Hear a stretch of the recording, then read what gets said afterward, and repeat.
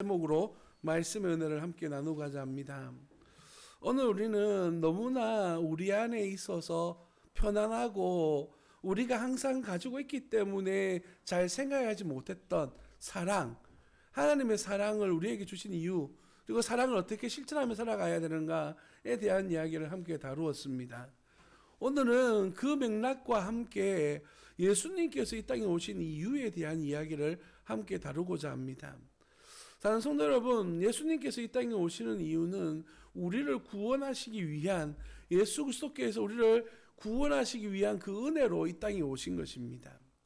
그런데 문제는 뭐냐 하면 오늘 본문 속에서 이 예수님을 기다리는 사람들이 등장한다는 사실입니다. 시몬이라고 하는 남자 선지자와 안나라고 하는 여자 선지자입니다. 이 두 사람은 나이 많다라는 말로 정의되어져서 이들은 나이 많은 선지자들로 하나님의 은혜, 하나님의 위로를 기다리는 사람이었습니다. 아기 예수님을 기대하고 기다려왔던 그들은 예수님을 발견하자마자 이가 메시아임을, 이가 우리가 경배하고 만나야 될 대상이라는 사실을 대부분 발견하게 되고 그에게 영광 올려드리는 것이 오늘 본문 말씀의 이야기입니다. 성도 여러분, 이들이 왜 예수님을 기다려왔을까? 무엇 때문에 예수님에 대한 기대를 가지고 소망을 가지고 살아갈까에 대한 이야기를 여러분과 함께 해보고자 합니다. 저희 집에는 2명의 자녀가 있습니다. 크고 예쁜 딸과 작지만 우리는 표현상 작다라고 표현하는데 작지만 자기 생각이 분명한 아들이 있습니다. 그래서 이제 우리 아들이 생일이 12월 달입니다. 아들한테 생일이 다가오는데 무엇 선물 받고 싶냐라고 물어보니까 1년에 한 3-4번은 바뀝니다. 어느 날은 샌드백이라 그러죠. 이렇게 주먹을 치는 거, 이거를 갖고 싶다라고 그렇게 이야기하더라고요. 어느 순간 그런 거 말고 작년인가 무슨 유희왕 카드를 집어넣는 이런 이렇게 장비들 해야 됩니다. 저는 설명을 잘 못하겠는데 이런 것들도 있다 하더라고요. 그런데 최근에는 뭘 사달라고 하냐면 총을 사달라고 하더라고요. 요즘 이제 총에 또 관심이 생겼는지 총을 사달라라고 그렇게 이야기하더라고요. 그래서 이제 자기 생일이 되어졌을 때에 와서 아빠 나 이 총 이러면서 이제 장총 한 개와 권총 한 개, 두 자루를 사줬습니다. 아직 배송이 안 됐습니다만은 아마 그 두 총으로 뭐 할지는 잘 모르겠습니다. 집에 있는 큰 아들과 작은 아들이 총싸움 하지 않겠나라고 하는 기대감을 해보고 있습니다. 이 아이가 기다리는 이 총은 자기에게 있어서는 어쩌면 지금 이 순간에 가장 소망하는 어떤 선물이었을지 모르겠습니다. 사람의 마음은 조속으로 변하기 때문에 내가 갖고 싶었던 물건들이 언제 어떻게 바뀔지 모릅니다. 그러나 오늘 본문 말씀에 등장하는 이 두 사람은 나이 많아서 예수 그리스도를 기다리는, 메시아를 기다리는 그런 소망을 가지고 살아가는 사람이었어요. 그런데 그 선물을 받았다라고 하는 사실은 얼마나 귀하고 복된 일인지 그들에게는 정말 놀라운 일이다라고 표현할 수밖에 없습니다. 본문 26절 말씀에 보면 이렇게 이야기합니다. 그가 주의 그리스도를 보기 전에는 죽지 아니하리라 하는 성령의 지시를 받았으니 라고 말합니다. 주의 그리스도를 보기 전에, 이런 말은 하나님께서 보내어 주시는 그리스도를 보기 전에 이런 뜻입니다. 하나님께서 보내어 주시는 그러한 메시아를 만나게 될 것이다 라고 하는 그런 약속을 받은 사람이었어요. 그러면서 예수님을 만나고 난 다음에 뭐라고 고백합니까? 30절에 내 눈이 주의 구원을 보았사오니 라고 말합니다. 사랑하는 성도 여러분, 그가 지금까지 기다리고 고대해왔던 그 은혜의 순간을 지금 현재 경험하고 있는 것이죠. 이것이 얼마나 놀라운 은혜이고 이것이 얼마나 놀라운 사랑이고 자기가 지금까지 기다려왔던 것들에 대한 완성이다라는 사실이 우리의 큰 은혜가 되어집니다. 말로는 이렇게 표현해서 얼마나 큰 은혜인지 생각하기 좀 어렵겠지만 25절의 말씀에 오면 이 부분을 이렇게 표현합니다. 이 사람은 의롭고 경건하여 이스라엘의 위로를 기다리는 자라라고 그렇게 말합니다. 여기서 경건이라고 하는 말은 의롭고 경건하다라고 표현했는데, 의롭다라는 것은 내가 그 대상이 사람입니다. 그 사람들을 향하여서 항상 의로운 삶을 살아왔고 또 하나님을 향하여서는 경건한 삶을 살아왔다라고 그렇게 표현합니다. 그런데 그의 기다림은 무엇입니까? 이스라엘의 위로를 기다리는 사람이라는 표현을 사용하고 있습니다. 여기에서 이 위로라고 하는 말은 누구에게나 다 사용할 수 있는 그런 표현이 아닙니다. 바로 하나님에게만 적용되어질 수 있는 단어, 이 단어를 사용해서 위로라고 하는 표현을 씁니다. 다시 말해서 이스라엘 백성들을 위로하실 하나님의 위로가 있는 그를 보내주시겠다, 메시아를 보내주시겠다라고 하는 그 약속을 기다리는 사람, 메시아를 지금까지 소망하며 기다리고 있었던 그 사람에게 그 소원이 이루어지게 되는 거예요. 이스라엘의 위로는 뭡니까? 지금 이 땅 가운데 이스라엘 백성들이 어떤 어려움을 경험하고 있습니까? 육신적으로는 로마로 인해서 압제를 당하고 있고, 영적으로는 하나님의 말씀이 희미하여서 그들의 말씀 가운데 전해지는 일들이 희귀했던 시대였습니다. 그런 시대에 하나님께서 성령의 역사로 말미암아 이 시몬에게 너에게 메시아를 만날 수 있는 그런 은혜를 주겠다라고 약속하신 거예요.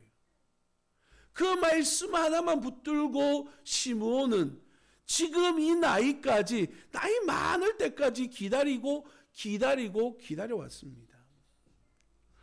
그 시간이 얼마나 지나왔는지에 대해서 성경은 기록하고 있지 않습니다. 하지만 그가 하나님의 위로를 소망하면서 기다리는 그때에 주의 성령께서 그에게 말씀하시기를 약속이 이루어질 것이다 라고 말씀하시는 거예요. 그 위로를 소망하며 인내하며 기다리고 있는 겁니다.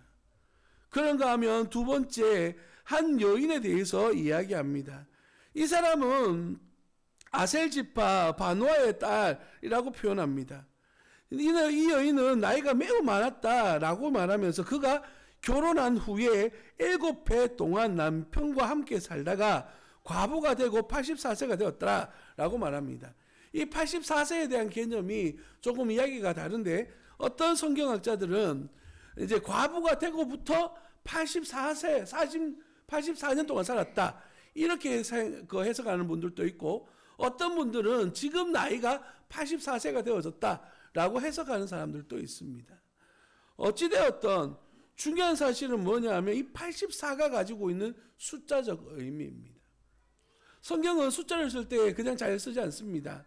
이유가 담겨져 있는데, 하나님께서 우리가 하나님에 대해서 생각할 때 쓰는 숫자를 7이라고 씁니다. 왜냐하면 하나님을 향한 완전 숫자, 그래서 7이라는 표현을 쓰거든요. 12지파를 의미할 때 10이라는 숫자를 쓰지 않습니까? 그래서 이 7이 12번 곱해지는 나이가 84라는 표시예요. 이것은 성경 저자인 누가가 의도적으로 이 사람이 오랜 시간 동안의 성전에서 있었다라고 하는 시간들을 이야기하고자 해서 이렇게 기록하고 있는 것입니다. 37절에 보시면 과부가 되고 84세가 되었더라. 이 사람이 성전을 떠나지 아니하고 주야로 금식하며 기도함으로 섬기더니라고 그렇게 말하고 있죠. 84년이라고 하는 시간들 속에, 그 오랜 시간들 속에 성전을 떠나지 아니하고 그 가운데에서 하나님 앞에 기도하고 금식하며 하나님의 은혜를 소망하는 사람, 시므온처럼 하나님의 은혜가 이 이스라엘 가운데 어떻게 임할지에 대한 소망과 기대감을 가지고 기도하며 기다리는 사람, 이렇게 표현하고 있는 것입니다. 오늘 본문 말씀이 우리에게 교훈하고자 하는 첫 번째는 무엇이냐면, 우리는 우리 주님 예수 그리스도를 어떠한 마음으로 기대하고 기다리고 있나라고 하는 질문입니다. 어제도 말씀드렸습니다마는 우리에게 익숙한 것들에 대하여서 우리는 무관심하며 지나갈 때가 많이 있습니다. 매년 다가오는 성탄절, 매년 사람들에 의해서 세상적 축제처럼 보여지게 되어지는 이러한 성탄절의 즐거움이 많은 사람들에게 익숙해지다 보니까 그 의미와 이유와 색깔을 잃어버린 지가 오래인지도 모르겠습니다. 제가 어릴 때만 해서도 성탄절에는 성탄 트리뿐만 아니라 교회에도 반짝반짝 그 빛나는 장식들을 많이 했습니다. 그 이유가 뭐냐면 빛으로 오신 예수님께서 이 세상을 밝히듯이 교회가 그 빛을 비추어서 밝혀야 된다라고 그렇게 우리는 배웠습니다. 그래서 교회를 그렇게 장식했는데 요즘은 가장 장식이 활용한 데가 어디입니까? 저는 가본 적이 없는 나이트클럽이 그렇다고 하더라고요. 그만큼 우리가 소망하며 나아가야 될 방향성에 대하여서 세상 사람들이 원하는 쪽으로 변화되어지고 흘러가고 있는 것을 보게 돼요. 왜냐하면 정작 그 일을 기념하고 기다리는 우리가 너무 자연스럽게 이 날을 받아들이고 있기 때문인 것이죠. 여러분에게 있어서 성탄절은 어떤 날입니까? 어제 성도님들과 함께 저 걷고 싶은 거리 밑에 있는 큰 트리 밑에서 케이크도 나누어 주고 빵도 나누어 주면서 주었습니다. 제가 지금까지 얼마나 많은 그 장소에서 전도지도 나누어 주고 선물도 나누어 줘 봤겠습니까? 그런데 지금까지 나누어 본 중에 이번이 가장 반응이 뜨거웠습니다.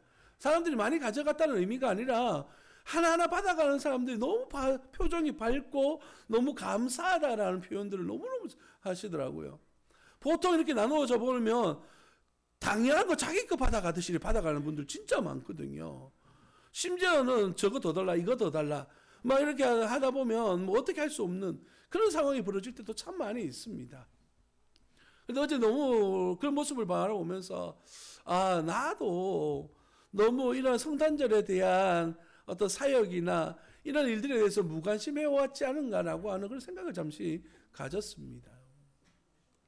성탄절 발표회를 우리가 준비하면서 중고등부 학생들이 나름 열심히 준비했습니다. 그래서 이 아이들이 앞에 나와서 찬양하고 고백하는 일이 얼마나 놀라운 일인지 여러분 좀 알아봐 주시기를 부탁드립니다. 왜냐하면 요즘 중고등학생들은 요 앞에 나오는 것도 굉장히 싫어합니다. 요 나오는 것조차 이 아이들에게는 순교하는 마음이 있습니다. 정말입니다. 오죽하면 지난 주일날 우리 딸이 와가지고 이렇게 물어보더라고요. 아빠, 아이들이 가는데 성탄절 발표회 때 하지 말고 그냥 주일날 발표하면 안 돼? 교회 두 번 오기 싫다는 거예요. 요즘 우리가 생각하는 거하고 우리 아이들하고 전혀 다릅니다. 그런 아이들이 2달이 넘는 시간에 아침 8시부터 와가지고 여기에서 연습을 해서 오늘 발표를 해요. 그러면서 오늘 아침에도 저에게 또 충격적인 이야기를 건네더라고요. 목사님, 한국만 하면 안 됩니까? 제가 2달 동안 우리 학생들한테 3달 동안 찬양을 연습했거든요. 그래서 다 같이 부를 곡 한 곡, 너희들 율동할 곡 한 곡 해서 2곡을 준비했는데 한 곡만 하면 안 되냐 이렇게 방금 아침에 이야기하더라고요. 그래 이야기했습니다. 안 된다고. 성도 여러분, 우리 어릴 때 기억나십니까? 성탄절 발표하기 위해서 2달 동안 그 밤에 매일 교회 가서 안 나오는 친구들 데리러 가고 잡으러 가고 안 온다고 막 눈물을 흘리고 자기 안 시켜준다고 삐지고 진짜 그렇게 성탄절 발표를 하고 그렇게 주일에 우리 성탄 예배를 기념하여 하나님 앞에 영광 올려드렸는데 오늘 이 예배 한번 드리는 것조차도 목사가 마음 졸이고 오늘 몇 명이나 오실까? 얼마나 참여하실까라고 하는 그런 마음 졸여가면서 오늘을 기다려야 되는 시대가 지금 이렇게 도래했다는 사실입니다. 여러분에게 있어서 오늘 이 성탄절 예배는 어떠한 기대감으로 기다리고 어떠한 소망으로 여러분 기다리고 있는 시간입니까? 오늘 본문 말씀에 등장하는 시몬이나 한나처럼 하나님의 때를 간절함으로 기다리고 하나님의 은혜의 순간들을 소망할 수 있기를 예수님 이름으로 축복합니다. 그래서 앞으로 다가올 성탄절에는 저와 여러분들이 하나님을 향한 간절한 소망과 기대감을 가지고 하나님 앞에 영광 올려드릴 수 있는 은혜가 있기를 예수님 이름으로 축복합니다.